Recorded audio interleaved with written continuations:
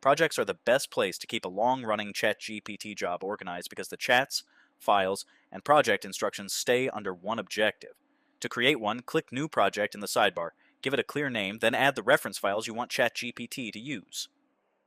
Next, open Project Settings and add instructions that should apply only inside this project, such as the role, tone, format, or rules you want ChatGPT to follow. Project instructions override your global custom instructions inside that project. Now start a chat and ask ChatGPT to use the project sources for a real task. Projects have built-in memory, so later chats can continue from the context already created in the project. You can also move eligible existing chats into a project, and the moved chat then inherits the project instructions and file context. File limits depend on your plan.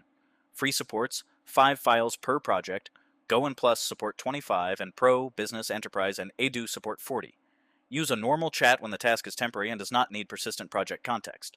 Use a project when the work will continue, branch, or reuse the same sources over time.